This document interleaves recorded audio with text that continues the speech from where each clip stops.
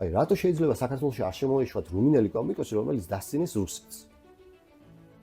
ალბათ იმიტომ, რომ ჩვენი ხელისუფლება რუსულია. ის აქვთ რუსეთს და საქართველოს ალბათ ვინ დაბლოკონ საზღვარზე და ვინ არა და ამოაგდო წითელი აუნთო და აღარ შემოუშვეს ეს კაცი. ამას წინათ მე მგონი დღეს თუ გუშინ ეს კომიკოსი შეუშვეს აზერბაიჯანში. ანუ ისი თქმა მინდა, რომ აზერბაიჯანიც არ გამორჩევა დიდად რაღაც ადამიანის უფლებების პატივისცემი და რაღაც აი დემოკრატიის ზენიტში და რაღაცაში. ამიტომ ეს საქართველოს რა დონეზე დაბლა დგას, რომ აზერბაიჯანში შეუშვეს ეს კომიკოსი და საქართველოში არ შემოუშვეს. მინდა ხაზი გავუსვათ იმას, რომ აი ჩვენ რუსეთში მიგვაქანებენ კი არა, რუსეთში ვართ რა, ამას რომ გაუსწოროთ თვალი რა და ით შეიძლება ამას ვებრძოლოთ. ამის ბრძოლის იარაღები არსებობს. ერთ-ერთი არის ის, რომ ასე დავსხდეთ, მე რა არ მომწონს კამერას უყურებ და ასე რომ ელაპარაკებით, იმიტომ რომ არზეცებში არ მისწავლია არსად და მიჩვენე რომ სხვამით იყო დაკავებული ახლა, მაგრამ სხვა გზა არ არის რა. ის ადამიანები რა ჩვენი ჯიბიდან რო პროპაგანდაში ფულს დებენ, რაღაც მილიონობით დოლარებს რო დებენ და ხელფასებს რო უხდიან, რავი, ტროლ გვერდებს რო ამუშავებენ და ასე შემდეგ და აი ერთ-ერთში კგბ-ს რაღაც ხერხებით რომ მუშაობს პროპაგანდა, ძალიან რთული ამას ებრძოლო რა. მით უმეტეს რომ ძალიან დიდხნიანი ისტორია აქვს რუსეთს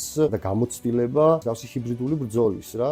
და ერთადერთი ვისით შეგვიძლია ამას ვებრძოლოთ არის ის, რომ ესე ავიღოთ ტელეფონები და ველაპარაკოთ ხალხს.